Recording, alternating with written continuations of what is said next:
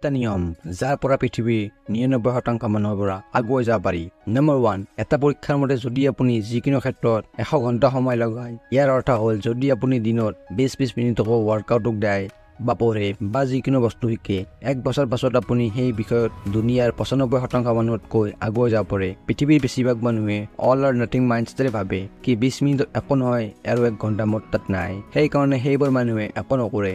যিজন মানুহে এই মনোভাৱৰ পৰা ওপৰত উঠে আৰু অলপমান উন্নতি কৰে, সেইজন ব্যক্তি এই সকলোবোৰ মানুহৰ পৰা আগলৈ গুচি যায়। নম্বৰ 2, নিজৰ সময়ক এফিচিয়েঞ্চিৰে ব্যৱহাৰ কৰিবলৈ শিকা। এনেকুৱা ব্যক্তি হোৱা যাৰ মনোযোগৰ লগত ডিপ ৱৰ্ক কৰিব পাৰে, যাৰ 4 ঘণ্টাৰ কাম 2 ঘণ্টা শেষ কৰিব পাৰে, যাতে ৰৈ যোৱা 2 ঘণ্টা বেলেগৰ ব্যৱহাৰ কৰিব পাৰে। ফ'কাছ হ'বলৈ কাউণ্টডাউন টাইমৰ মেথড পাৰিডল নামৰ টেকনিকৰ বিষয়ে নেটত চাৰ্চ কৰি চাওক। নম্বৰ 3, পৃথিৱীৰ বেছিভাগ মানুহে কনজিউমাৰ হৈ জীয়াই থাকে। তেওঁলোকৰ গোটেই দিনটো অজ্ঞাতভাৱে মোবাইল চাই থাকে, তাতেই তেওঁলোকৰ গোটেই টাইম আৰু এনাৰ্জি শেষ হৈ যায়। নিজৰ কনচেপ্লিকেশ্যনক যিমান সম্ভৱ হয় সিমান সীমাবদ্ধ কৰা আৰু নিজৰ এনাৰ্জিক কিবা এটা বস্তু সৃষ্টি কৰাত ব্যৱহাৰ কৰা। নম্বৰ 4, নিজৰ ক্ষেত্ৰত টপ হ'বলৈ সেই ক্ষেত্ৰত বৰ্তমানৰ উন্নতি, টেকনলজি আৰু ৰিচাৰ্চৰ লগত আপ টু ডেট হৈ থাকক, যাতে আপুনি এনেকুৱা ইনফৰমেশ্যনৰ লাভ উঠাব পাৰে যি এতিয়ালৈকে বেছিভাগ মানুহে গমেই পোৱা নাই।